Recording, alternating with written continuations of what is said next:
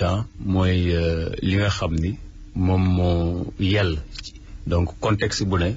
wala organisation bu ne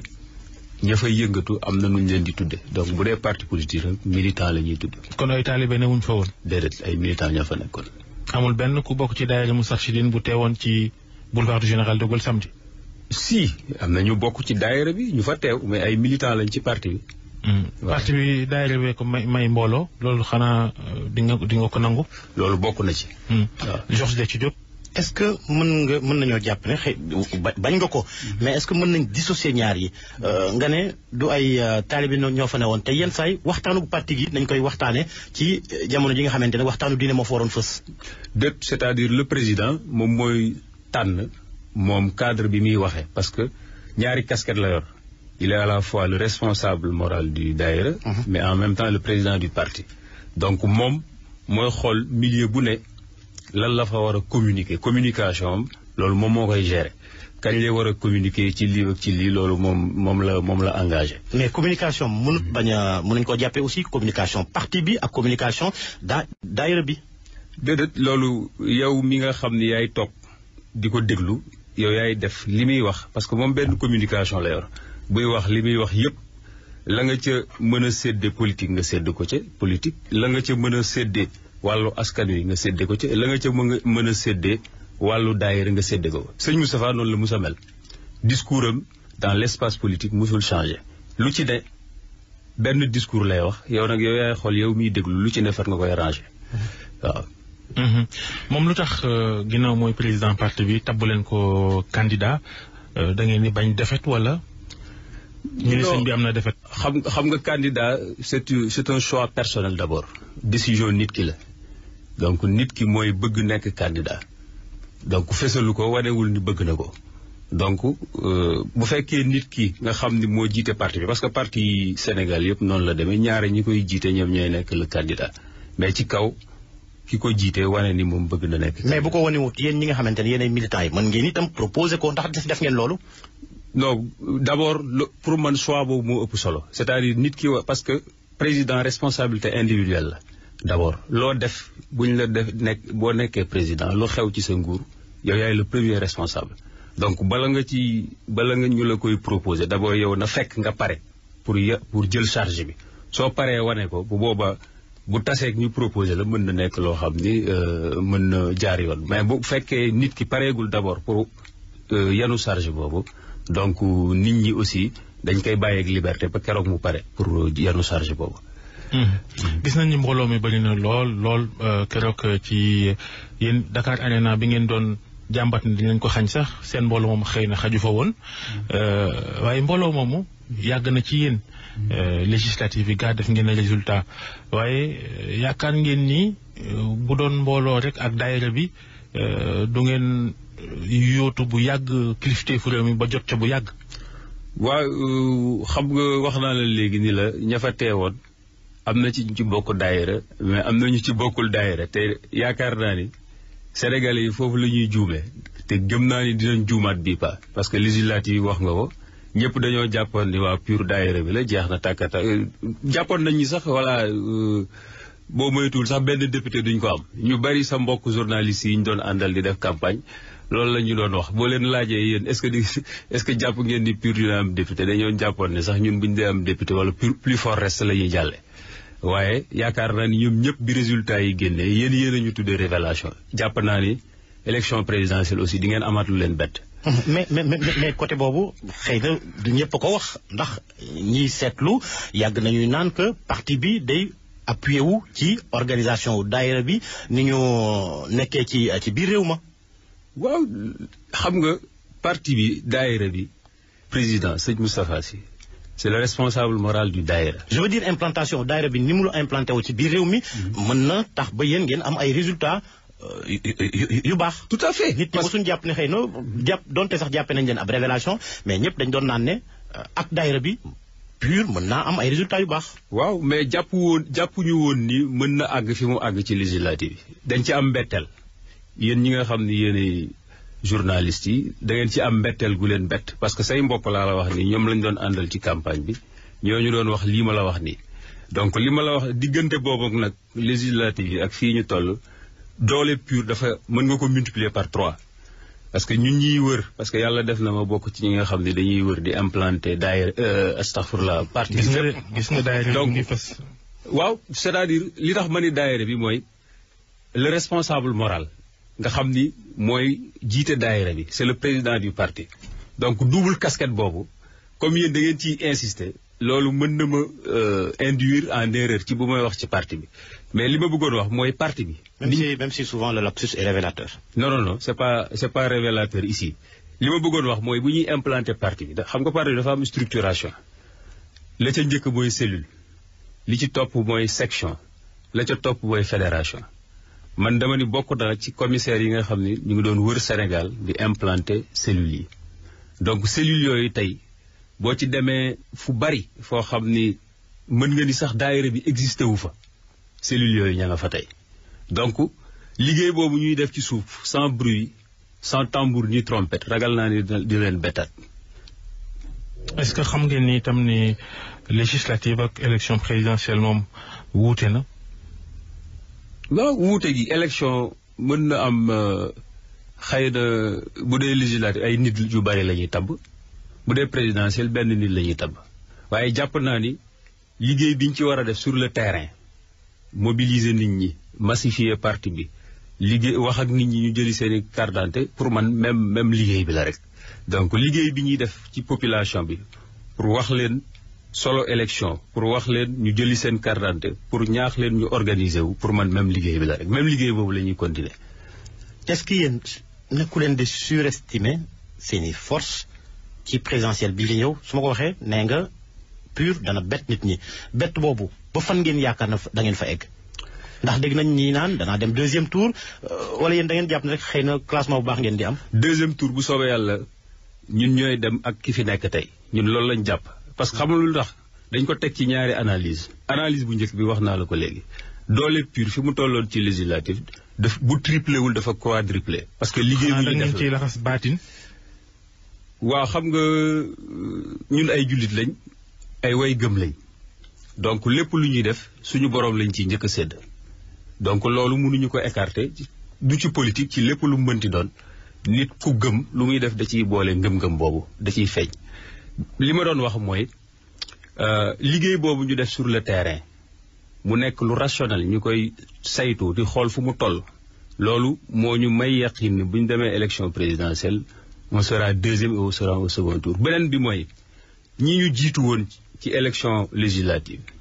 à part coalition Benno Bokk Yaakaar yeneen coalition yi ci topp yëpp dañ kas pour le moment yëpp. donc moo tax bu ñu jëlee qualitativement ak quantitativement suñu 4e place boobu nga xam ni moom la ñu joxoon législative te le professeur El Hadj Issa Sall notre candidat nga xam ni chaque jour da koy wax fu ñu ko interroger ni le PUR c'est la première force politique du pays loolu juumu ci te fee yi da koy dëggal parce que ñun rek bi ñuy dem législative ñun rek ñoo ànd ñoo kenn. donc buñ demee présidentielle incha allah également ñun kese ànduñoo kenn ñun kese. lu tax ngeen bañ a ànd ak kenn ndax doxinu politique ci àdduna gépp jamono ji li koy gën a jox doole mooy nga ànd ak mbootaay coalition yéen lu tax ngeen ni du ngeen ànd ak coalition yéen seen yéenu bopp la. waaw du ñàkk ko du choix maanaam dafa ñëw imposé wu ci ñun législative dañ bëggoon a ànd ak ay nit mais biñ bëggee ànd ak ñoom ci seen biir comme tête de liste bi moo intéressé woon ñëpp wax naa ko léegi ñëpp dañ jàppoon di peut-être benn député la ñuy am te benn député bi buñ ko naree am que jiitu ca liste ba moom lay doon ñoom ñu cramponné wu ci première place boobu je pense professeur expliqué na ko plateau yi mu dem yëpp mooy ñi nga xam ne ñoo ñëwoon sees si ñu bëgg a ànd ak ñun. dañ leen a bàyyoon ak première place bi. léegi ñoom seen biir jubóowuñu. avant seen congrès investiture samedi bi ñu ngi doon dégg coow ci biir parti bi ñu naan yéen cadre yi ak Issa Sall da ngeen bëgg a dem ci élection yi te bëggu leen cee jàdd da ngeen bëgg a jubal rek dem nekk candidat am ñu ne sëriñ bi am na lu ngeen safaanook moom ci gis-gis ci loola ba am ñu naan dafa tàmbale woon a jëflanteeg nguur gi xëy na dem jàppale ji Macky Sall loolu ne ngeen wérut waaye est-ce que itam mën na su koo njort. waaw d'abord communiqué boobu ñi ko bind wax naa ko fépp fu ñu ma interroger mooy ñi bind communiqué bi structure boobu amul ci parti bi maanaam fédération des cadres libres du PUR amul ci statut parti beneen bi ki bind article bi kenn xamu ko donc loolu mënuñ cee ay mag lañ ay mukallaf lañ loolu mënuñ cee woy di ci def ay analyse li leer mu ba leer mooy le président du parti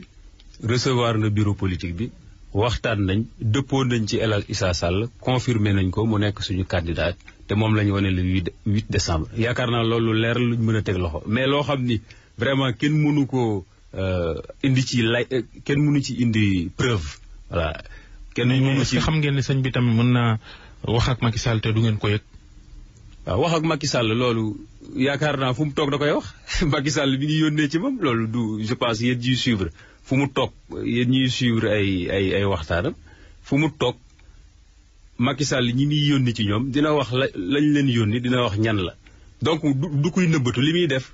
en public ak en privé lépp dañuy fàng loo xam ni nekkul loo xam ni da koy nëbb mel ni dafa am lu muy doxal. mais kon lan moo waral à 24 heures seulement d'un congrès d'investiture ñu toxal ko. waaw loolu li ko waral ledd la xam nga président bi. maanaam li Georges wax pour ñu leeral ko mooy seen congrès keroog bi bu yàgg la woon am waaye da ngeen ko reporté woon fomm ko kon loolu day xëy na dëggal jafe-jafe gis-gis bi amoon ci biir ci yéen. déedéet maanaam le premier dañ jàppoon congrès bi le 1er décembre biñ ko jàppee comme toujours activités yi ñuy def bureau politique bi suñu paree la ñu tënk dañ koy yónnee le président biñ koy yónnee le président maanaam jotom xawma peut-être jotam wala nekku fi woon parce que li muy toog Sénégal bariwul tontuwuñu à temps mais bi mu yëgee lettre bi rek parce que buñ ko joxaan lettre dañuy tontu mais bi mu ko jotee rek la yónnee ci ñun ni ñu 1er décembre bi ngeen jàpp congrès bi de bu ma sañoon ngeen toxal ko bi ñu nangoo loolu ñun bureau politique ñu daje waxtaan ji ni nañ ko toxal bañ ko toxalee la ñu woo waxtaan ñu toog ak moom mu ni ñu kat li taxoon ma ni leen ngeen àndal congrès bi li ak lii moo tax te yaakaar naa ni lan la leen wax lu mu leen wax ni maanaam lim ñu waxoon ñaari argument la yoo xam ni képp ku sa xel màcc war nga ko mën a nangu mooy bi ci njëkk mooy jour boobu dafa bari woon congrès yu am ba pare surtout c'est le congrès de notre principal challenger voilà notre principal challenger muy Macky Sall ci la doon def congrès mu ni kon nañ ko toxal bàyyi ba boobu jàll beneen bi mooy dafa bëggoon parce que ñun barab bi ñu njëkkoon a jàpp pour def fa congrès bi c'est sur la VDN benn salle boo xam ni presque c'est 500 places parce que dañu bëggoon mu nekk loo xam ni peut-être c'est un peu sobre bañ a nekk lu xaw a yaatu trop mais mënuñu PUR fi mu toll ak dooleem buy def day def lu tolloog jëmmam lu tolloog dayoom kon toxal leen date bi cette place boo xam ni dina méngoog suñu dayo ñu def fa ñu def congrès bi loolu moo waral ñu toxal ko mais du leneen mais le bureau politique avec à sa tête le professeur le candidat El Hadj Issa Sall. mais est-ce que loolu wonewul ni aussi quelque part am na ay jafe-jafe ci wàllu communication ci diggante ñi nga xamante ne ñoo jiite parti bi ndax donte sax nee nga moom moo ñaanoon ñu reporter congrès bi mais c'est que li ci doy waar moo di yàgg ngeen bind lettre ba la veille professeur Issa Sall joxe na interview ci journaux yi naan ëllëg la. non booy li ma la wax dama ne la bi mu bindee lettre ñun bi ñu defee réunion ba jàpp ni le premier la. comme d'habitude toujours c'est comme ça. mais jógu leen jóg rek jàpp le premier la jógu leen vendredi jàpp ko yàgg ngeen koo jàpp. bien sûr waaye ba ca veille ga professeur Issa Sall mu ngi doon jàpp ne suba lay defi congrès ba. waaw dama ni moom dégluwoo sama raisonnement dama ni la saa bu ñu defee réunion ba tënk li ñuy tënk dañ koy yónnee le président mu joxe ci xalaat. yéen dafa mel ni da ngeen bokk ci parti waaye amu leen baat lu seen njiit wax rek moom ngeen di def. non maanaam diggante taalibe ak sëriñ daal. déedéet maanaam parti bi dafa am nu mu tëddee. xam nga parti booy créer parti da ngay bind ay textes lu ñuy tudde statut nga yóbbu ko ministère de l'intérieur ñu jox la récépissé autorisation statut parti bi moo jox dayo boobu le président du parti donc du question ay sëriñ ak statut parti bi moo jox dayo boobu le président du parti te loolu même ba bureau politique bi dajee jàpp dara jëm yóbbu ko moom li mujjee jàpp mooy mujjee am déedéet loolu koy toog di def li mu leen di wax kay moo ko gën déedéet da ngay déglu soo dégloo rek dinaa la leeral amul parti bu am Sénégal muy PDSO muy PS te le secrétaire général le chef de parti amul fa voix prépondérante amul ça n'existe pas donc loolu moo am suñu parti le président du parti a une voix prépondérante sur certaines décisions donc moo tax suñu tënkee li ñuy tënk ci réunion dañ ko koy yónnee mu wax ca la mu war a wax décision yam ca war a jël mu jël ko ñun ñu wéyal loolu donc loolu ay texte démocratiquement te dama koy faral di wax nit ñi dañuy fàtte ni te je pense loolu war ngeen ko gëstu mooy le président du parti ak statut yi congrès moo leen fal moom le président congrès aussi moo adopté texte yooyu texte yi nga xam ne ci la ñuy wéyal parti bi donc texte yooyu moo may président mu am doole boobu ci parti bi bu fekkee ni xalaat dañ ko bëgg a soppi congrès rek moo ko mën a defaat donc moo tax lu ñu tënk bureau politique dañ koy yóbbu ci président lim ci validé mu validé ko li mu xalaat ni war nañ ko soppi ñu soppi ko ñu doxal loolu statut yi moo ko may. waaye parti bi daal moom mën nañoo xam fu mu jëmee Sénégal ba jotoon ci réew mi seen programme boo ko doon tënk ci ñaari baat lu mu doon. suñu programme bu njëkk bi dafa am gis-gis bu ko yanu gis-gis bi ko yanu mooy lan dañu jàpp ni ñun nit mooy fondement wu lépp lu mu mënti doon. nit kooku nag lañ jàpp ni moo war a nekk une ressource ressource boo xam ni dañ koy jàngal ressource boo xam ni dañ koy tàggat ressource boo xam ni dañ koy waajal suñ ko waajalee ba pare ba nga xam ni li mu war a am ci ay xeriñ ak ci xam-xam yépp am na ko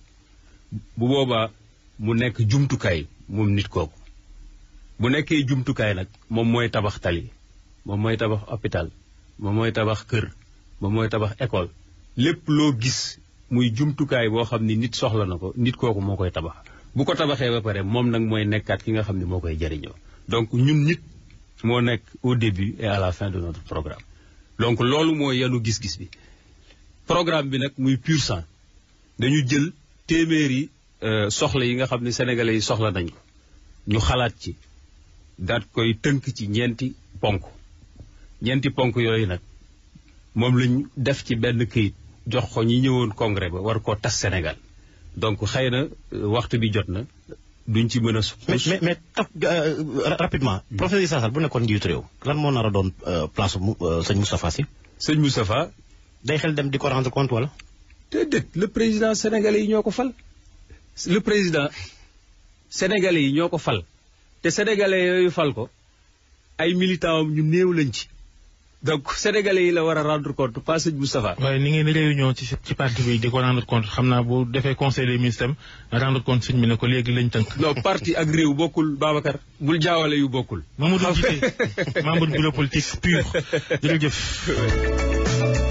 Vous avez besoin de caution sur des marchés publics ou privés?